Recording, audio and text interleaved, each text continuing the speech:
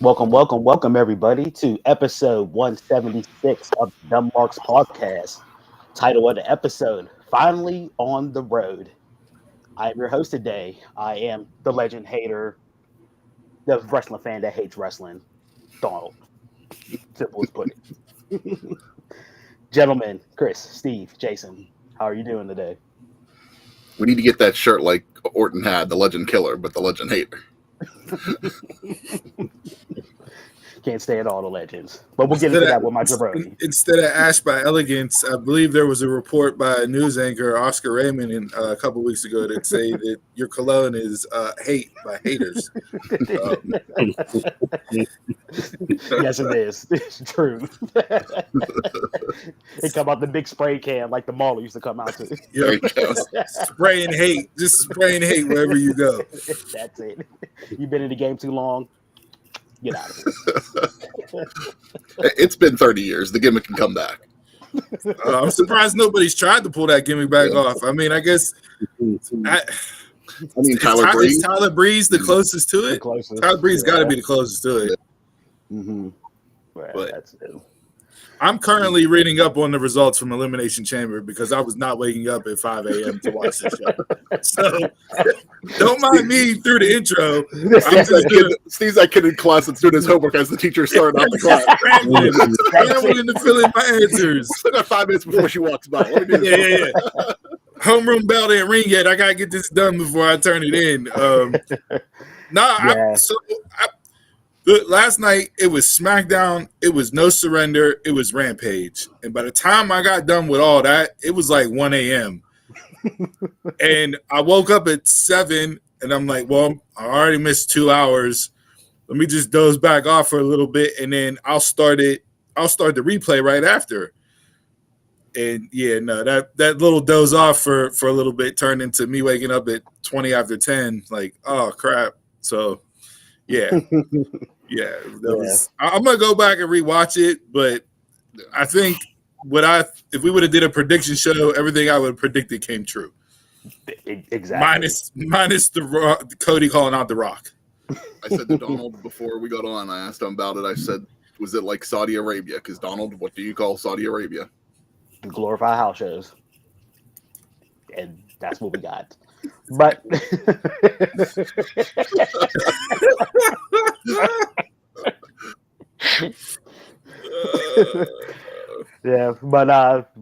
Taquan got a National Geographic and God reference in the first 3 minutes of this show. He's on point right now. Mm-hmm. But we will get into Elimination Chamber talks in a bit. I want to start it off this week in wrestling. 3 important events happened this week in wrestling back in history. So I will run through these events and we should talk about them, see how important they are. We got history class right off the bat. So we'll see. Yeah. So 22 years ago, Ring of Honor debuted. So at the start of a promotion, the debut. 25 years ago, Rey Mysterio was unmasked for the first time on WCW. And 39 years ago this week, Dr. David Schultz slapped the reporter John Stahl on ABC's 2020 for asking, "Is wrestling fake?" That's a great Dark Side of, I believe that was Dark Side of the Ring. Yes, it was. Mm-hmm. Great Dark Side of the Ring episode. With that ties into this week. You want to talk about history repeating itself? The quote unquote Austin Theory reporter argument that was recorded and captured while they were in Australia leading up to the Chamber. Some people were calling it a work. Some people were saying that it was a real back and forth and heated exchange. We saw Waller getting into it. Was it 2 months ago? Something like that? Yeah, with somebody else that said it was fake? Mm-hmm. So, history does tend to repeat itself, even in the world of pro wrestling, where stuff's scripted. It looks like it's the real stuff's repeating itself. So, that cost Schultz his job. I mean, he was, a guy that was relied upon back in the day. Kayfabe was still real back then. Very real. So, Look, I believe Michael Chandler said it best. So say what you will about Chandler and the promo he cut on Raw, calling out Conor McGregor.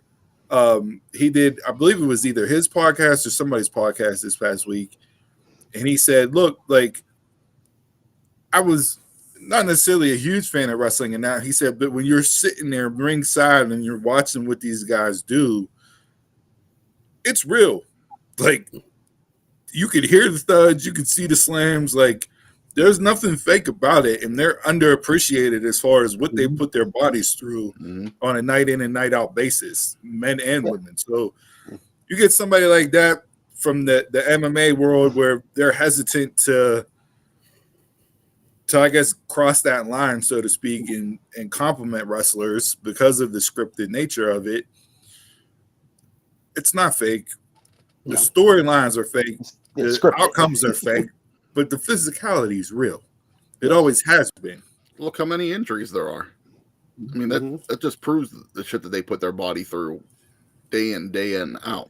I mean, it's just ridiculously the damage that does to the body. And just think, when you're there live, you don't have commentary distracting you. You hear everything. Yeah. You don't hear no commentary. You just hear chops, slaps, bumps, everything. I was gonna say, sit that reporter front row and let Gunther throw a chop out there, and then tell me if it's fake, right? Like, let Gunther throw a few chops on that reporter.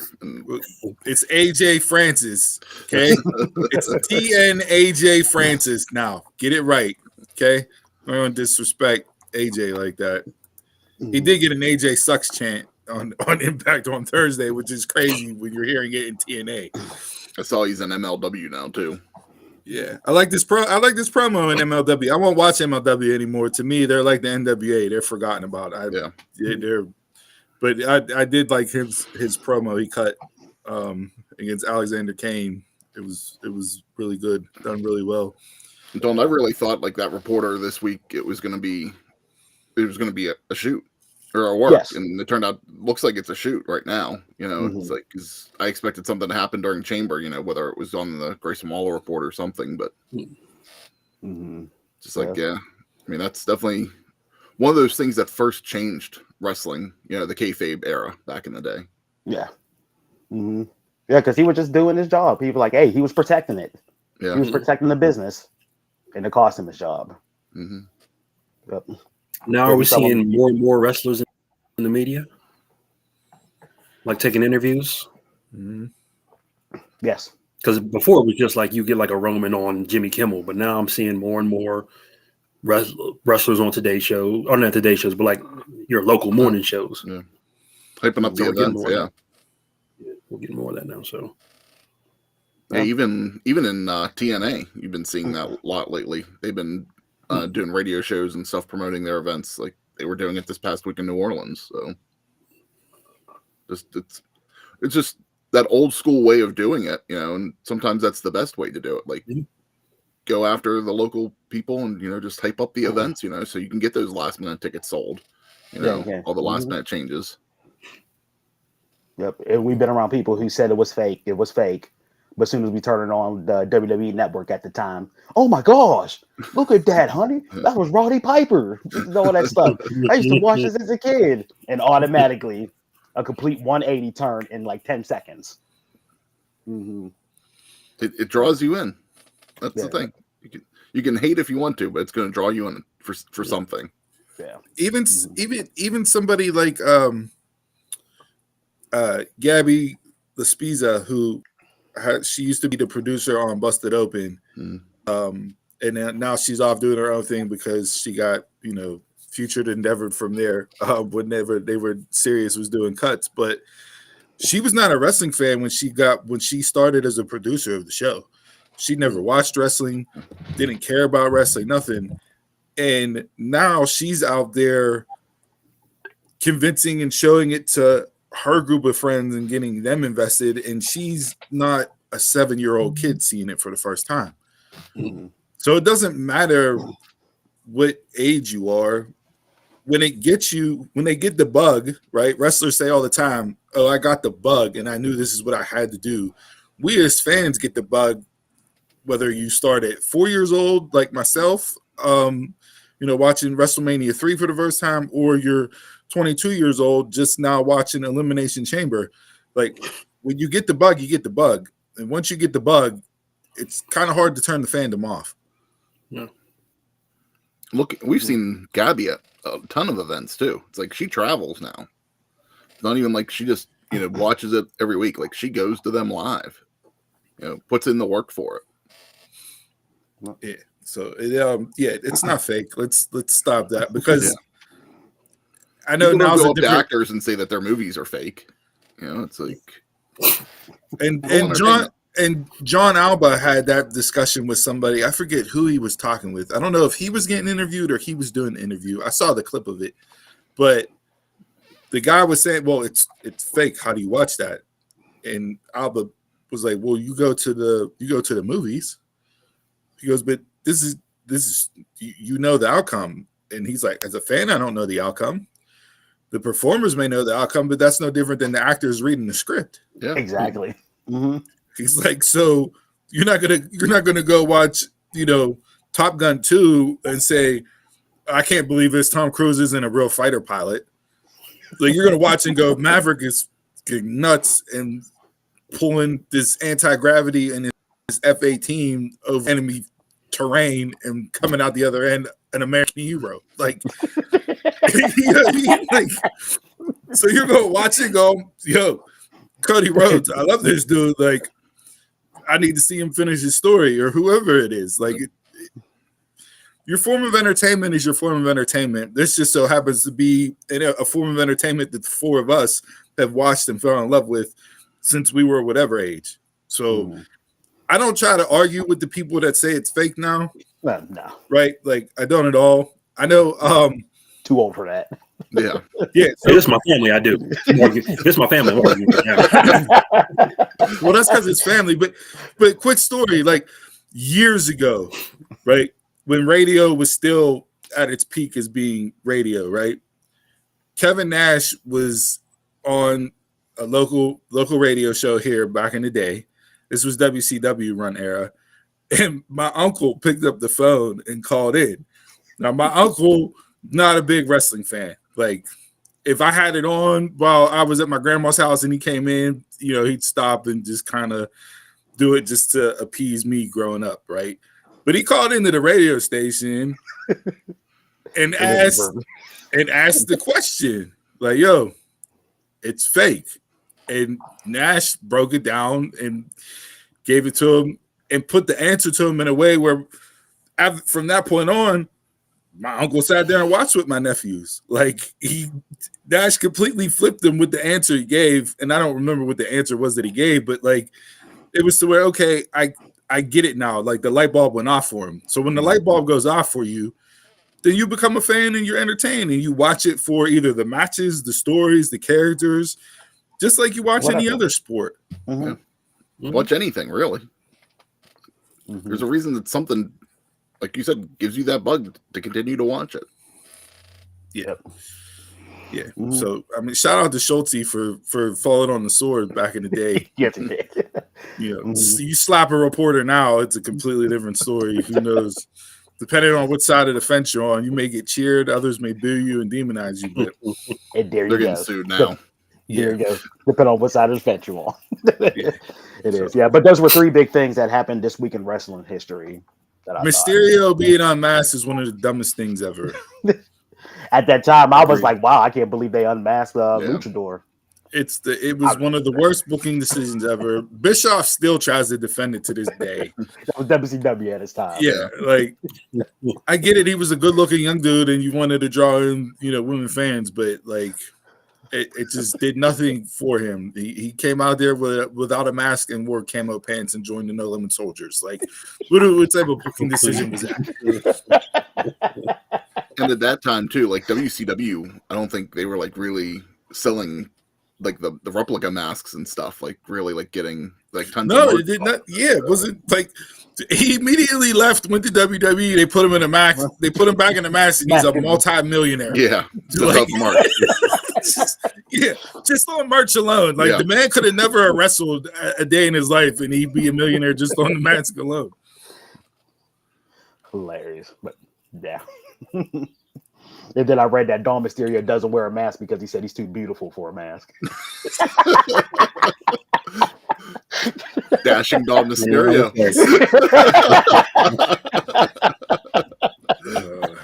There's his next gimmick. Instead of Latino heat, he's gonna come out the Muy Caliente.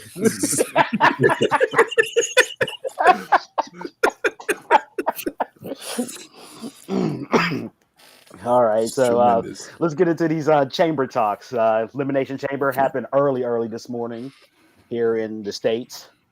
Like I always call those type of those type of events, glorified house show, because the winners of the match, the predictions, and all that stuff was clear cut.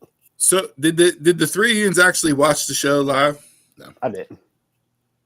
I had to watch the dogs. Walk the dogs. Yeah, okay, I watched. So for Donald and Jay, let me ask you this, because last year Puerto Rico was phenomenal.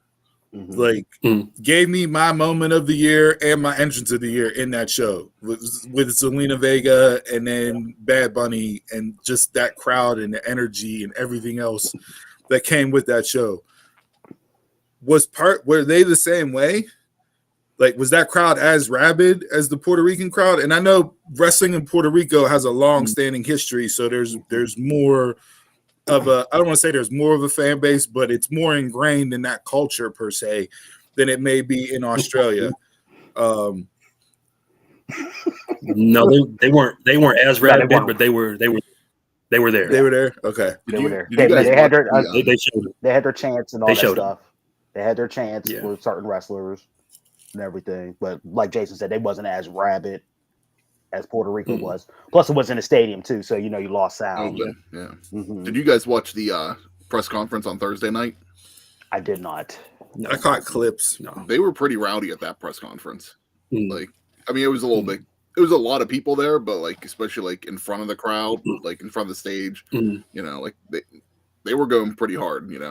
Like excited for the event. They sang Cody's theme song on cue. Yeah, like Puerto Rico was like the crowd that if you had to make a switch just off the fans alone mid-match, you'd pull it there because of the fans. Mm-hmm. They were like take over the show type rabid. Yeah. This wasn't that extreme, but they showed up. They were there. I can't imagine wrestling for an hour in Australia in 100-degree weather. Yeah, they said it was very, very humid there, especially. Like I'm reading through the recap, and they're like, yeah, the women's chamber match went about an hour in 100-degree weather. I'm like, there's no way. Like, they were still daylight. No way. It's insane. You might be surprised about the Tiffy Town pop. Oh man! Apparently, she was the main event of the match. She was. She was. She was the MVP. She was. They loved her. She showed up. You did. She showed up. She showed out. There's some, and this is what you never know when you get people called up to the main roster, right? Mm-hmm. There's some people when they get up to the main roster, they rise and elevate because the competition that they're facing is better. A la what Tiffany has done since her first match on SmackDown. Like, say what you will about her and Liv on SmackDown last night, but when she's in there with the bigger stars, she doesn't feel like she doesn't belong. Braun Breaker in a squash match last night on SmackDown, it's like, okay, you can see, not all right, get away from the squashes. I don't need Braun doing any more squashes, okay? Especially to Dominic Chen, who I don't even know was still on the roster. Like, where'd they pull him from? But I need Braun in there with somebody now. Because Tiffany is just rising. She's elevated and met every single check mark as far as the call-up, debut, mic work, presence, in-ring work. Like, she's hit it all. She's already had an oh shit moment doing the freaking the moonsault off of the top of the chamber. Yeah. Yeah. I want to talk about Julia Hart being most improved. That's Yeah. Tiffany Stratton, and that's a year. She came back, what, New Year's Revolution or New Year's thing last year? Full year. Nonstop. Just straight Tiffy time. And just started on the main roster, so we can see how her improvement is as the year goes on here, too. Yeah, if she continues ascending and they book her and give her stuff, you can see her name being thrown around in these year-end award, quote unquote, shows that they do. And there's not a, say what you will about the release of the awards that came out this week, which I don't know if we'll get into or not, because I have a lot of hate for that. I'm gonna borrow Donald's cologne and just douse myself in it when we talk about that. Yeah. So you want to get into the women's chamber match then? I mean, well, look, it was a foregone conclusion. They gave away the ending before the match. When you had Becky come out in Vegas and they had their face off, it's like, all right, why are we even doing the match? Yeah. I'm glad they even gave it before that. Whenever she called out, whenever she called Rhea out, it was like, I need to win the Rumble because I need to fight you. That was it. You already seen it. This is the thing I hate about this year's. I enjoyed the pay-per-view, but it was not that it was predictable. You just knew. They gave you the storyline ahead of time. Right. And like there was no other, like maybe on Monday I was like, okay, maybe Becky or maybe Bianca or maybe Liv because they have story, but it came like when they showed up Friday, I'm like, you already putting Liv and Bianca at all. It's Becky. It's like Elimination Chamber has always been one of these, like, it's a stop on the road to WrestleMania. It's not changing a whole lot, but it's like at least doing it in Australia, you gave it a big event feel. And they did the same thing last year in Saudi too. And it's like, at least you're giving it a big event feel, but the outcome's still the same. Yeah, but before like this, I'd have to go back and watch some of the other like more recent chamber matches. I don't think there's been one that's been as blatantly obvious as who's going to win. Yeah. Like, you know what I mean? Even when you go back to Kofi Mania, when that all started with the chamber, like he didn't win that. But the momentum built there based off of that performance, right? Like, so good or bad, you can say they tipped their hand. I'm going to rewatch it and see if it has any impact on the matches, knowing who was going to win. Apparently, from what I've read so far, the women's match was good, minus the slow start. But yeah, I mean, you knew who was going to cook and who wasn't as far as predictability goes. So. There's that. So we got Cody calling out The Rock. Is Cody main eventing both nights by himself now? Only to not finish the story. Give it to me. Give it to me. I need that hate. I mean, wait. Let me pause and back this up. Is this seeds being planted and then they'll harvest it for SummerSlam, and you'll get Cody versus The Rock at SummerSlam? No, you're going to get Rock versus Roman at SummerSlam. I think Caesar being planted what Chris was saying last week, that Rock is going to screw Roman for Cody to win at Mania. Well, he did rub the L instead of the 1. Exactly. Looked at Roman. That conspiracy theorist with that man. So it's going to be Cody and Rock back and forth with each other, but they're actually in cahoots with each other. So this is the big plan that Rock consulted Cody about. Because that's why I said I was like, that's why you're not hearing about it now, because you'll hear about it on the Raw after Mania. Because Cody was going to answer that question, and then Waller cut him off. He was like, Waller was like, why did you take a back seat to The Rock? And he was like, well, I was, and then he got cut off. So he was going to say something, but got cut off. Here's what's going to happen night 1. The Rock is putting Cody on the shelf. Fuck you, still. Are we gonna do the WrestleMania 10 where Owen Hart injures Bret Hart's leg and then he comes back out for the main event and wins the title with one leg? Is that what we're gonna do? Night 1, Cody gets injured. He can't go. We're just gonna have Roman go out there, getting ready to put up the ones as a champion, and then Cody's music is gonna hit. The babyface always gets over at these 10 events. You're getting your Robert at Mania. I mean, if MJF can win on one leg, then why can't Cody? If Cody can win with if Cody can wrestle with a torn pec, he can beat Roman for the title. So because this is a stop on the road to WrestleMania, right? Even though the Rumble started the road, I don't know why we're finally on the road again. Did this show do anything to build excitement for WrestleMania, or was it just let me pull over and take a bathroom break on my drive to WrestleMania? It's a stop on the road to WrestleMania. Yeah. It's the way it always is. It's just to get out the car and get some snacks, and that's it. Stretch them legs. I kind of call exactly Stretch your leg, buy a pack of Twizzlers, get back in the car, fill up the gas. No rest stops until WrestleMania. Yeah. I kind of fell asleep on the men's, so I caught like the end, but I didn't see anything.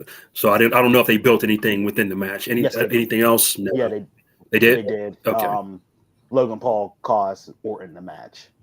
Yeah, he came back in and punched him with the brass knuckles, and then Orton fell out, and Drew covered him for the win. Okay. So Drew's not above to resorting to taking the shortcuts anymore, even though he had a great justification for it in his social media promo he covered walking down the streets. Did you see the part with LA Knight? Once Bobby got eliminated, AJ came in and was beating LA Knight with the chair. And then Drew got the pin on it. Then Drew got the pin on LA Knight because of that. I don't need LA Knight and AJ to continue. Why isn't LA Knight and Logan Paul the focus going into Mania? I don't need Orton and Paul. That's what it looks like. I want to see Orton Paul. I mean, I think it'll be a good match, but Orton don't need the U.S. title. No, you don't. This is what we talked about with LA Knight. You had him. Obviously, for reasons, you chose not to go with him. What are you going to do to keep him hot enough to where it's worthwhile for him and the fans to stay invested? And him continuing this feud with AJ is not it. The fans are going to chant yeah no matter what. Yeah. But you had the Daniel Bryan groundswell. Well done.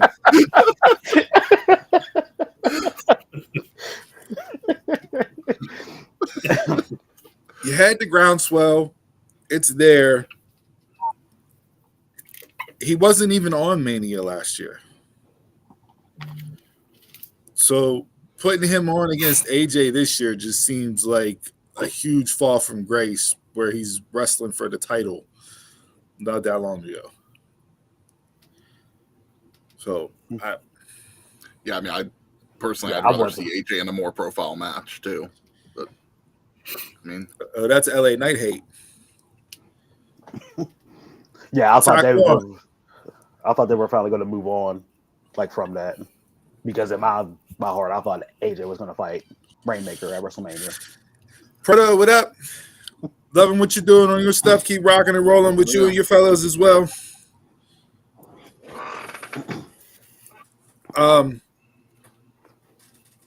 Anything else from Chamber that we want to get into that you guys saw that's newsworthy or need to dive into? No. And that's the last one before Mania, right? For now. We're on It should be all roads ahead to Mania now. Everything. You get a roadblock or Roadblock is at NXT. Oh, it's NXT. Yeah, they mentioned that on Tuesday. They'll throw that last minute Peacock special event right in, like the old Saturday Night's main event back in the day, right before WrestleMania. Yeah, you want to talk about this week in history, Donald? I saw there were clips going around with this week in history was when the Mega Powers formed. When Macho Man took the headshot from Honky Tonk and Elizabeth brought Hogan out. And Hogan has the dumbest look on his face. Like, why are you walking me to the ring? And then he sees what's going on and you see his face change. Like, not on my watch, brother. I'm going to go down here and make the save. It's like, oh, like you acted better You had better acting in Suburban Commando than you did in that freaking moment right there, Terry. Jason sits down there just like, I hate this man. Don't make me like remember the good times. But you believed it then. Yes, back then it was believable. Yeah. Taekwondo said Super Brawls before Mania. All right, so you guys want to get into Jabroni and Mount Rushmores of the week? Sure. Which way you want to go first? Let's start with Mount Rushmores. You first. I can't even. You can't even think of one? I'm gonna give my honorable mention. Is Nia Jax on there Monday night spamming leg drops like she was Hogan on Lex Luger. I loved every minute of it. I'll put Gunther versus Jey, and then the whole thing with Jimmy up there is my Mount Rushmore. I want to see where this goes. You got mine. Mine was more of Jimmy's performance of making it more of an Uber Hill. Yeah, Uber Hill. I mean, the night was perfectly. Yeah, the perfect McAfee. This son of a bitch. Like that was classic jail. Like that, if that's not like that, it totally encapsulates what Pat McAfee brings on commentary. He's a fan on commentary. You saw him on the table before the match started doing the hands. Gunther just staring him down. Gunther staring at him, and he was like, "Oh." And then Gunther taking the clip and turning it into social media, which has been tremendous from WWE talent recently. Stooge.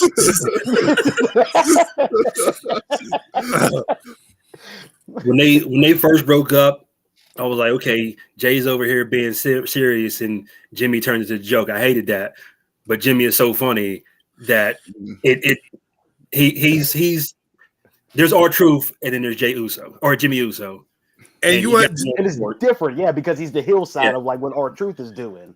But Jay, it's funny that you bring that up because R-Truth and I believe it was Jay, R-Truth and Jay were giving answers to questions in that, like on one of those short clip things that the WWE would throw up. And one of the questions was, who's the funniest guy? And they both said Jimmy. Like R-Truth was like, Jimmy is by far the funniest guy. And then you see Jimmy after Solo takes out Cody and everything else, and they're walking up the ramp, and Jimmy got the handout for the dap up. Yeah. And the dap up never comes. And he just leaves the hand in this awkward shape.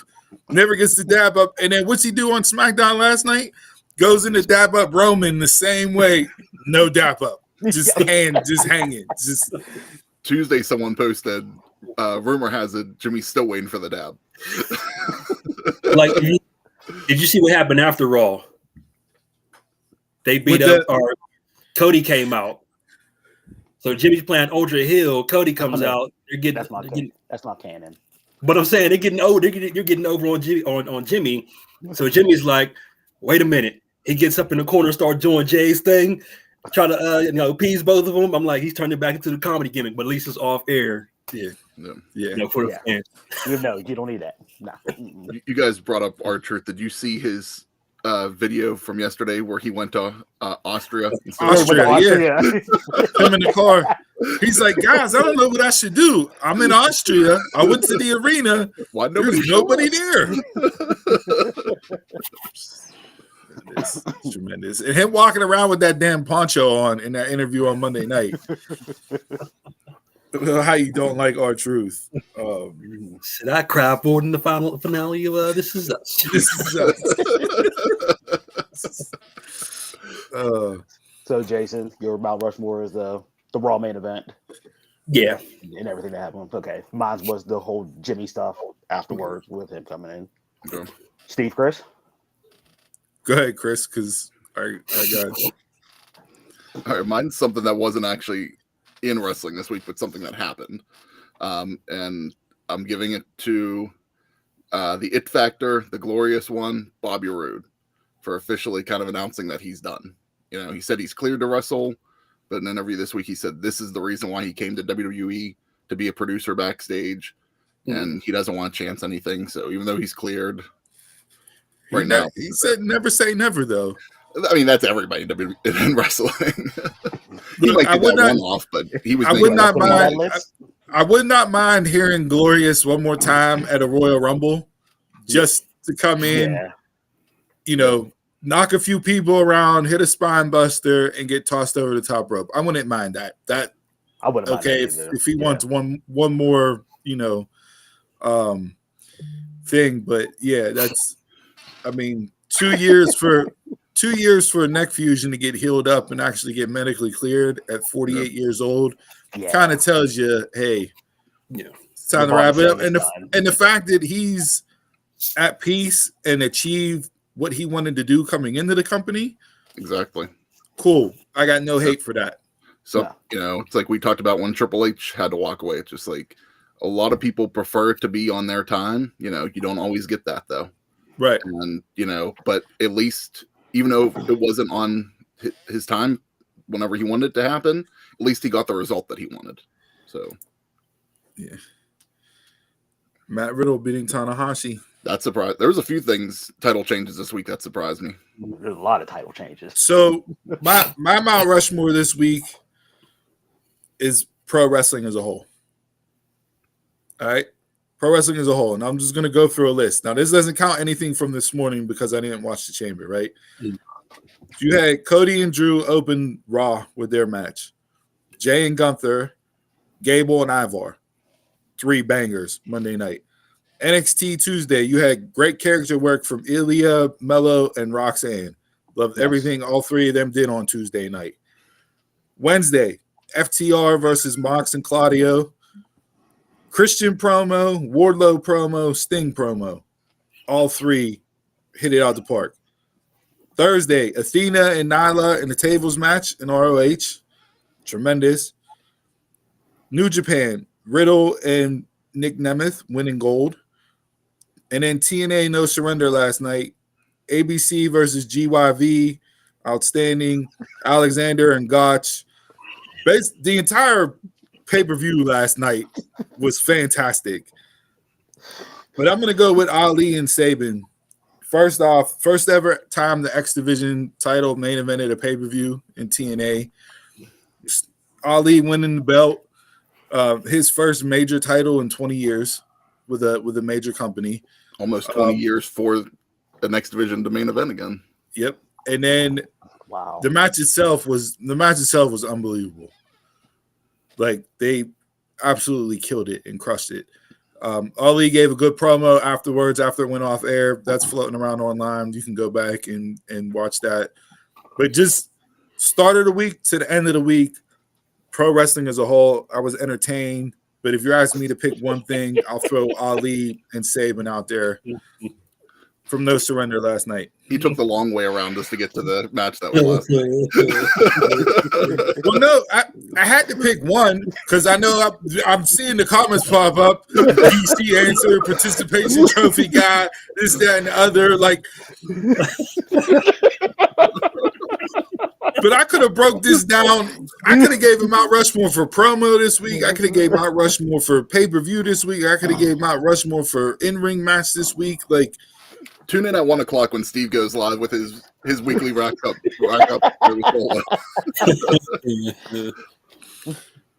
And I had the same stuff Donald and Jay had on their Mount Rushmore. Like, if you're a fan of pro wrestling, this was a fantastic week to watch.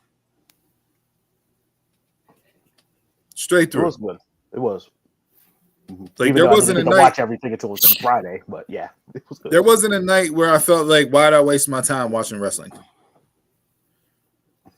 Not that everything was a home run, for all 12 hours that wrestling was on this week, but still, like, but it fit their promotion, it fit their like you had me with various things through various shows, whether it was in-ring work Monday night, character Tuesday night. Can I change my Mount Rushmore to tie?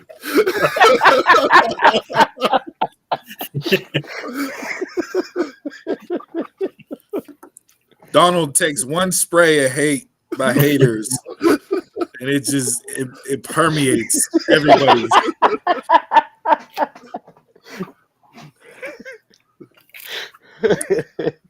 All right, so that's our Mount Rushmores for this week. I'm gonna put y'all on my jabroni list. How about that? Jag-offs. Jabroni of the week. I'll go first with jabroni. WWE promoting the 2K24 ratings like their PFF grades on Sunday Night Football. And why is Gunther and Logan Paul rated the same? Wait, Logan Paul was a 90. Yeah, they're the same rating. They're both a 90. Hey, my boy convinced me. He was like champ and champ. No, hell no. What you gotta say for me? Hell no. Undefeated until today. Yeah, let's not turn the WWE 2K24 ratings into the Madden ratings where we get people all up in arms, and then next thing you know, I'm gonna see Drew out there cutting a promo on why he's rated an 89. I don't need that. You got you just leave it off the screen. It was just crazy seeing the discrepancy in the women's chamber. Like Bianca's 95, and you got somebody down here like 73. Yeah, Raquel's a 52. Like, what are we doing? That was Stratton. Stratton was a 79. They got a after today. They're gonna bump her up like they did. Didn't they bump up AJ last year? Yeah. No. That I could have gave it to the Flair Young Bucks Sting angle promo from Wednesday night. Flair just ain't. I'm so disappointed in Sting. I should have been involved more. Ain't been around in 4 weeks. Nobody wants you around, Rick. Like, take your old ass out of here. Now I got legend hate.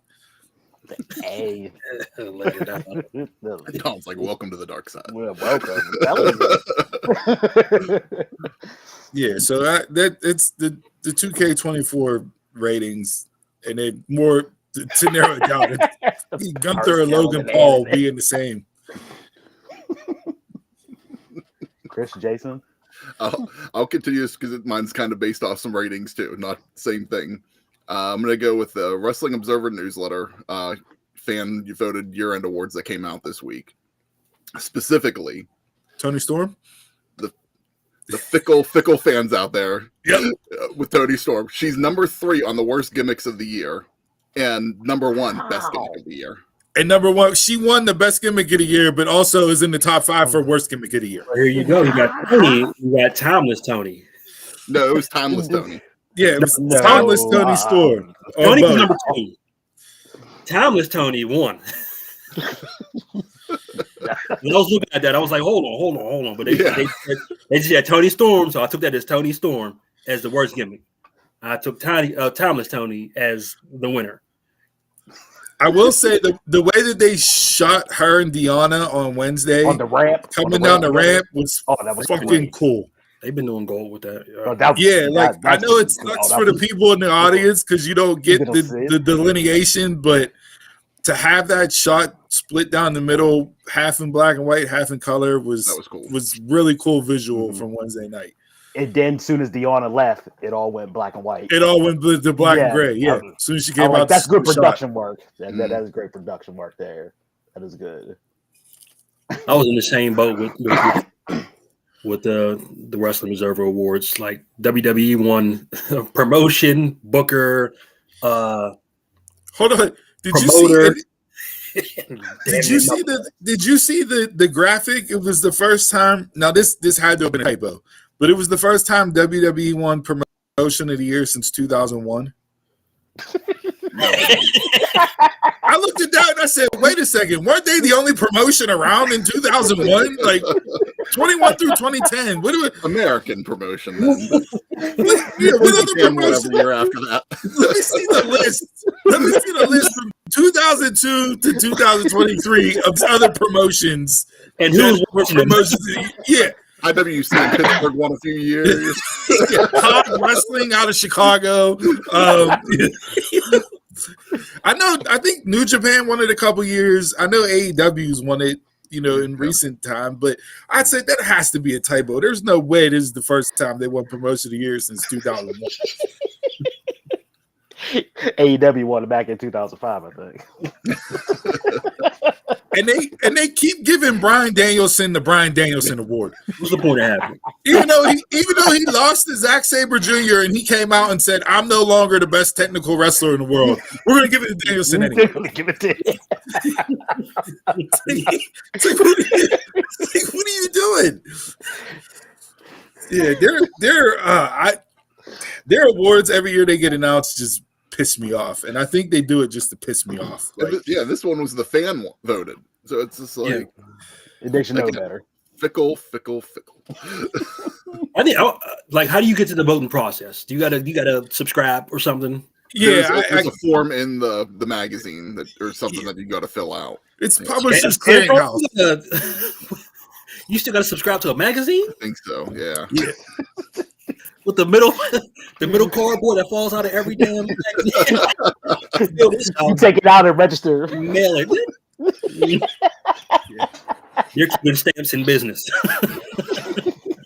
I thought that the best tweet I saw about those awards that came out was it gave the non-wrestler of the year, and Don Callis was number 1, and somebody quote tweeted it and said, "How did Roman Reigns not win this award?" It's like that's when Twitter is done right. That right there is Twitter done right. You put Callis over Heyman?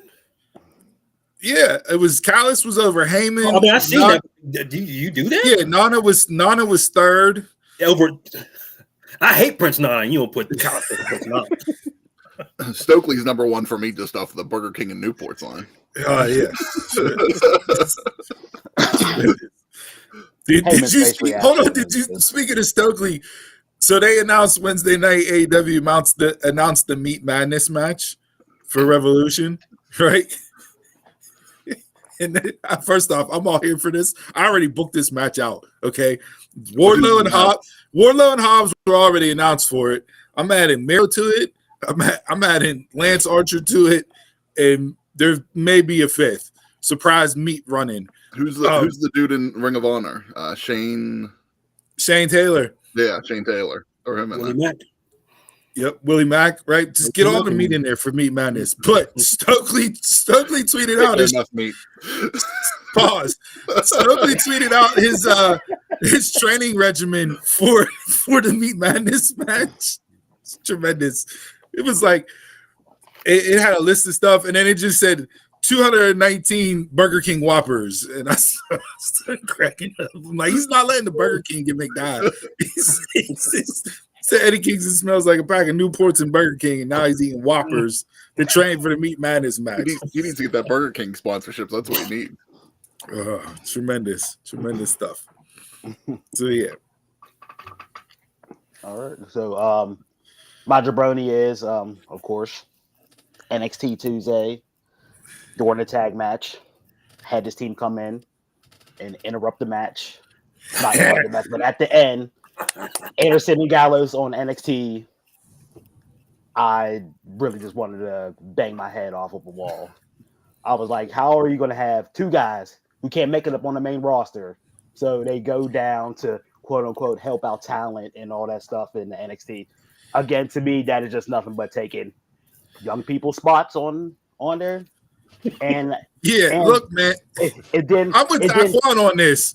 They've been collecting checks and catering. Hey, you can collect checks. At least send them down there to wrestle and have them, brother. You got to do something because Braun and Corbin aren't going to carry the belts that long. Man, they look good on Superstars and main event. They don't need to be down to NXT. This ain't development. It's bad whenever Donald gives NXT the jabroni. Well, you need a heel because the fans didn't boot all the faces over Braun and Corbin. Yeah. They don't give a damn about nobody else. So down there, man, they got another Gallus to me. Just sit and watch paint dry. I can't. That's Donald's going to be Donald's match of the year. Is going to be the Good Brothers versus Gallus in a 2 out of 3 falls. In a Tyson Club match. In a brother beer match. They're just going to be in the pub. Yeah. Look at that. I can always see that coming. You bringing this to life. It's coming. It's just coming. Yep. So just like Booker, whenever I knew they came down and beat Pretty Deadly. Man, here you go. Gallows and Anderson versus OTM doesn't get your blood boiling? That don't get the excitement up? Not at all. So, yeah. There's just, God, I can't believe I'm saying this, but it makes NXT worse. Such a hater. Such a hater. Hey, I like Carl. I hate Festus, man. Festus does nothing to me. You still call him Festus? It's always Festus, huh? He ought to be Festus. He might wear diesel pants. Gets me.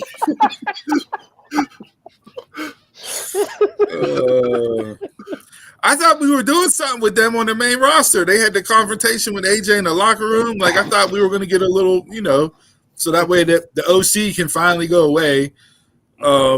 They did. They just went to NXT on their Yeah, I guess. Yeah, I guess. But why not keep them up there whenever the tag team division is getting built up real nice again?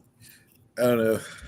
Speaking of tag teams, I did see last night, gave me a glimpse into the future, and I tweeted it out that I need this to happen, even though I absolutely hate it. I need Logan Paul, Austin Theory, and Grayson Waller as a faction, call themselves the Influencers, and every time they go out, they only stream on Instagram Live. That's a perfect heel gimmick for those three guys. That's gonna be your speed. All their matches on speed. No match, just all talk. But I need those three together because the interaction with KO was fantastic. KO walks away, and then it dawns on him like three Jersey Shore bros. We should have jumped them right there. It's like, if three of us with him, we should have jumped him. Why didn't we jump him? They're like, yeah, we should have jumped him. Like, and then Heyman walked out and stood next to him, and I was like, ooh, those three, yeah, give me. I'm here for all the hate right there with them. If you're gonna start throwing factions together, and people bitching about the Street Profits coming out to their original music again. Listen, WWE does not have a music producer right now that can make a good music theme. No. So yes, you're gonna get the old music because they got nobody to make new music. They all use the weekend for WrestleMania themes. Hey, can you make a couple themes for us? They need to do something. That needs I think had new theme music. Stratton had new music. She did. Yeah. Was it good? I like the old theme better. Yeah, I think this for me. I like the very generic. I like the old theme. Yeah. Mm-hmm. But again, that's my opinion. I like the old theme better. When's the last time they've had a theme change that was like, oh shit, this is a banger? Trent. That's about it. Roman. But that's not the same. The same person that did Romans isn't there no more. Yeah. Yeah, they got rid of all their people. I mean, look at all the more recent ones. Like DIY stinks. Pretty Deadly stinks. Who else got new theme music that's just terrible? Like, they need to get that fixed. Yeah. That hurt them back at the Rumble. Themes got played and nobody knew who the hell it was because they're not identifiable no more. It's very generic. Yeah, it is. Generic, it's the same. They're on chat music GPT, just typing in, okay, blonde, 5'6", does flips off his top rope, and calls herself Tiffy Tom. Here's your theme music. Triple H knows the importance of theme music, so he should be able to get this produced. They want to call out people for not knowing AEW or wrestlers that AEW throw on the screen, but you can't recognize theme music the instant it hits. In WWE, no, I can't. No music is that generic where you can't recognize where it, like I'm gonna just say it like they say it. You're not a fan. Look, there were times back in the day, I knew every single theme music. As soon as that first three notes hit before they appeared on screen, I knew who was coming out. Yeah, name that tune. I was naming it in one tune. Yeah, Chris, you don't Raw anyway. You know Cody's music. No lies.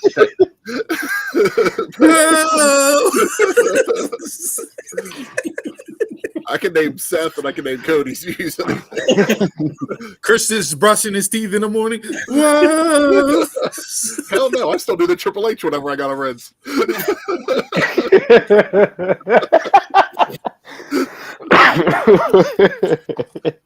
Oh man. Yeah, they gotta get that fixed though. Well, so those are our jabronis. All right, so it's time for game time. I did a what if since we are finally on the road to WrestleMania. Now we all know the historical significance and all that stuff, the DVDs that came out, but I just want to hear your guys' opinion. What if WrestleMania 1 was a failure? there's no WWE. You try again.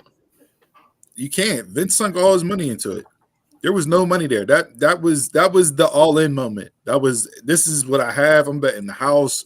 I'm betting every cent that I can find in the couch cushions. I'm doing it. I'm all in. There's the $5 in my winter jacket from 4 years ago that I forgot was even in there.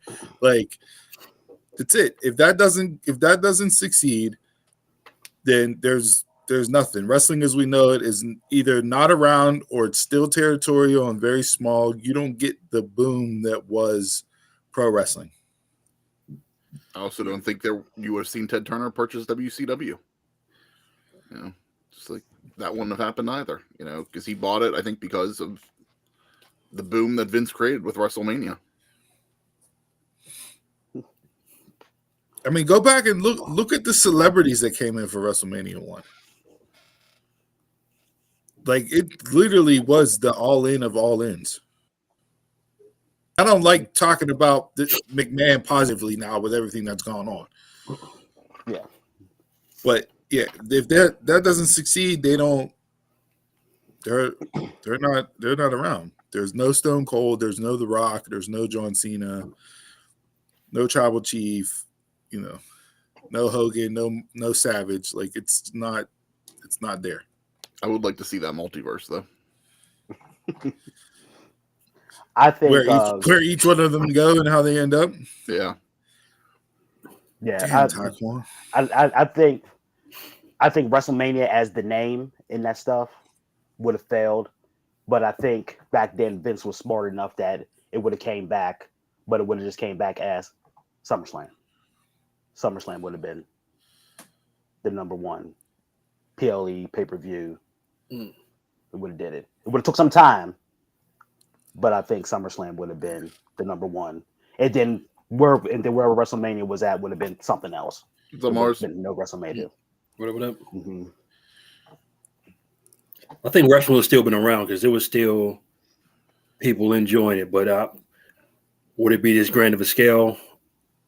I don't think so. But I think there was still a clamoring for it. So if Vince didn't do it, somebody else may have had something because they would have solved it, but not as big, Mm-hmm. So you think maybe it could have still stayed on the territory system, like Steve was saying?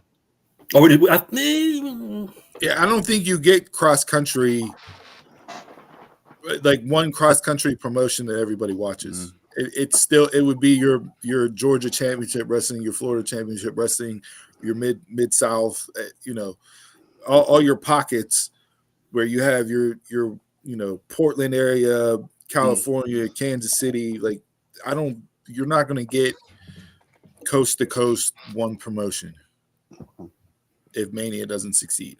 I think somebody would have got big enough to be like a coast to coast. And even at that point, correct me if I'm wrong, but even at that point, Vince poached all the top people, right? Yeah. So, weren't the territories drying up as they were anyways by the time he put on WrestleMania 1? Yeah, because he brought in Hogan from AWA. So, I mean, you had Hogan there. You had, Piper. You had guys that were already there. I mean... Yeah, you had everybody but, Flair, Horseman. Yeah, I mean, they had, look at the main event alone were all guys that were outside of WWF. But had it failed, these guys probably would have went to a different territory then. Vince couldn't have kept them around if there was no money in the company, if the company would have folded, they would have went back to whether they went back to AWA or Championship Wrestling from Florida or whatever. And wasn't no, that was Survivor Series that they put on instead of whatchamacallit. Not Brawl, Brawl for All, right? What was the WCW's Clash of the Champions? Clash of the Champions with Survivor Series they put on as the counterpoint to Clash. Then they did Starrcade later. Yeah. So it would definitely be different. Would somebody have had the idea to poach everybody? Maybe not, but you've seen it with the NBA, you've seen it with the NFL. Somebody would have merged and created something bigger. That might have been it. They would have just. So you're saying together. Eventually WCW would have came together? I mean, WCW would have came about. But on the flip side of that coin, look at it this way: since you brought up the NFL, right? The Super Bowl. If the Super Bowl is not successful, then like you look at back in the day, the USFL.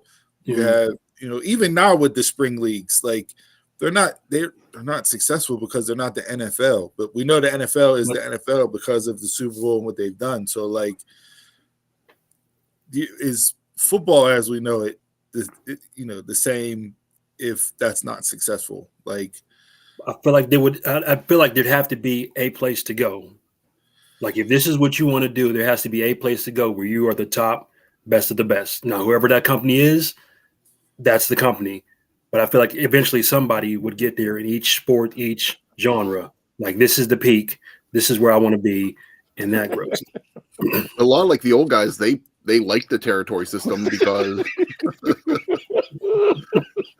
they like that territory system because like if their gimmick got stale, then they could just go to another territory and refresh it, or clip of the week right there. The Rock's telling the Rocks. Have a pocket full of quartz.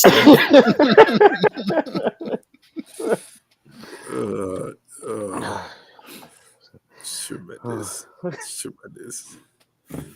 Good question. Good question. Mm-hmm. Since we're on the road, do something towards that. Won't be on the road to 40 if one didn't actually work out. Yeah. Ricochet.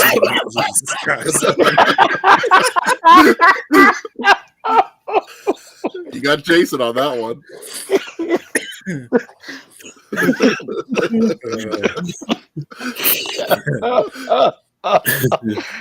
Oh boy. Yeah, I guess we didn't clarify what kind of rocks the Rock would be selling. That's a good point, Mars.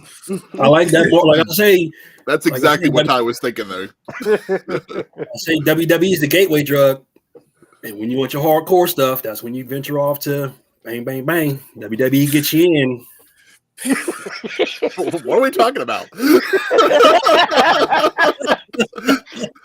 Hardcore bang, bang, bang. Not on my show. Yeah, this turned into an episode of the Dare program. How did we get here? Like, what do we? You do that next week when you host. There's the title for next week. Hardcore bang, bang, bang.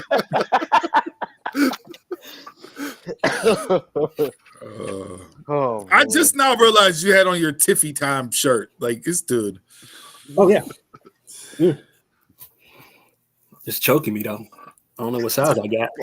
So I keep on tucking. Pause. It's choking me. I don't know what size you got. It's a brutal pause.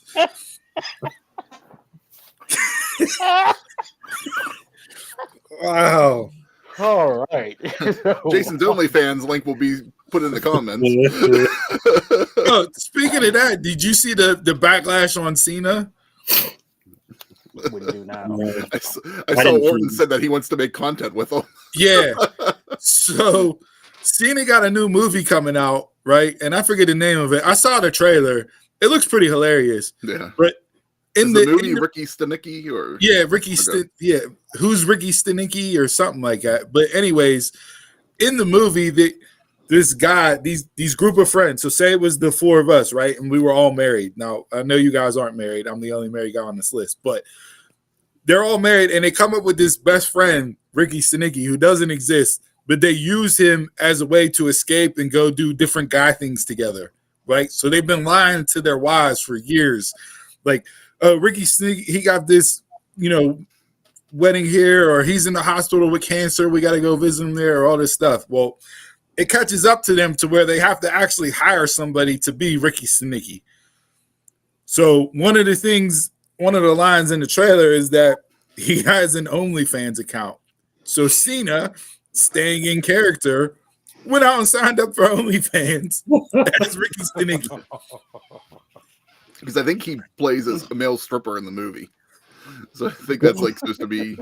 And so people saw that he created an OnlyFans account and were, how could you do this when all these allegations against Vince and blah, blah, blah. And it's like, yo, people, relax. There you go, relax. Can I put this in your head that OnlyFans is not a? It's not just for sex stuff. Yeah. That's what it's known for, but it's not what it's. Yeah. That's what it popped off for. Literally. It's not a.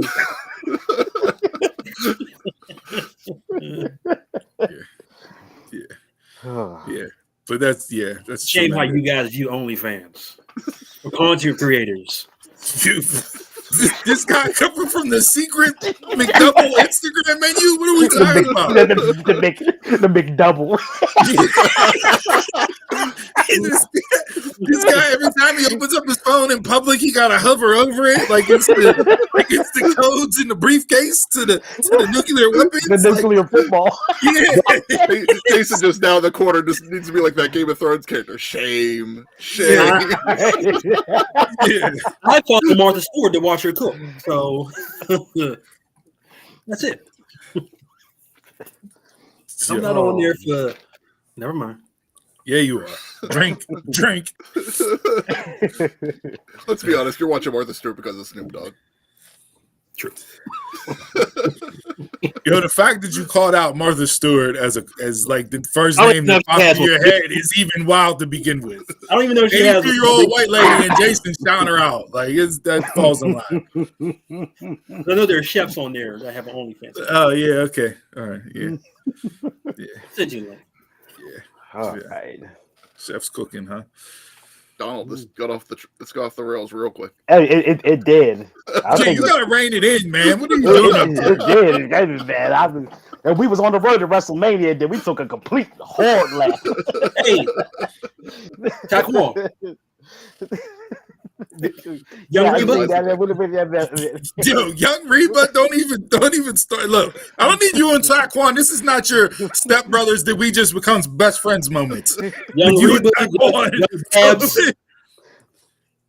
young Barbara Streisand, young Dolly Parton, young Barbara Streisand. She was hot young. Yo, I can't get over the beak.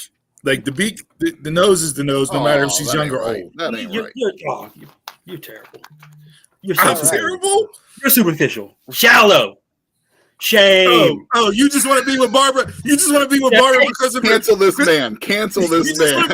You just want to be with Barbara because of her voice. That's what it is. Her song technique, the way she sings, is what got you to Barbara. The way she warbles. That's not even a word. You just made that up. It is a word. Don't lie. Just be like, it's about the money. It's just about the money. All right. Well, thank you for joining us on episode 176 of the Dunmarks podcast. Finally, the road to WrestleMania. WrestleMania. This is what the show was about. WrestleMania. Jason took Bang Bang Scissor Gang to a whole new level on this show. Catch us at Dumbmarks.pod on all of our social media accounts. Dumbmarks. Yeah, I'm back with them. But Spotify. Make sure you go to Spotify. You like us. That is the main thing. We're also on Twitter Life. Hey, everybody talks about us, but you're not on Spotify. You know what? Oh, yeah. And all you other guys. I'm about to make some knocks at the door, because I know some people that listen to us, but they're not on Spotify. Not only that, I ain't on Spotify. We got a lot of people out there recreating the Mount Rushmore jabroni and just calling it something different. Oh yes, I see y'all too. out there with your clips. I saw that. We're not going to get into podcast wars right now. Okay, we don't need that. We're an hour and 11 into it, but just know we see y'all out there. Okay, you know, if you ain't first, you're last, and in this case, y'all are last because we was the first ones to do it. It don't matter what you retitle the episode as. All right. You can't come and take the format and claim it your own. But we got you. Okay? Yeah. See you out there. Don't make me start dropping names. I specialize in a nice set of skills that I learned. We'll leave it at that. So on the positive, right? That's a good way to end it right there. Yeah. We had Sheamus still our after dark color scheme. We don't need you guys taking on fucking format of the show. Any final thoughts from you, gentlemen? I think we said it. All right. Positive quote of the week from one of my favorite animes, Kenshin. Kenshin Himura himself said, "Perhaps the distance part of the sky always seems clearest, so that we always strive to reach it." You don't have to text that one to Chris to put it up. He can't write that down after you talk about it. I don't even know what the fuck you said. Ketchup and mustard? Who does that come from? Read it back one more time. I will. Yes. Sky blue. This is what I was on. Look at your mind. He spoke that in anime. That wasn't English. It is. We need subtitles for this quote. Yes. You're right, Taquan. It is your Rurouni Kenshin. That's the name of the show. But the main over here. Yeah. Perhaps the distant part of the sky always seems clearest, so that we will always strive to reach it. And with that, my call sign, like always, to be the man, you got to beat the man. And in this podcast, we are the men to beat. So challenge us. I just talked about podcasts ripping off our gimmick, and you're still in the Nature Boys freaking tagging. He's a legend. He's nobody. Hey, tune in next week. Nobody. We're just coming in and just shooting shit and.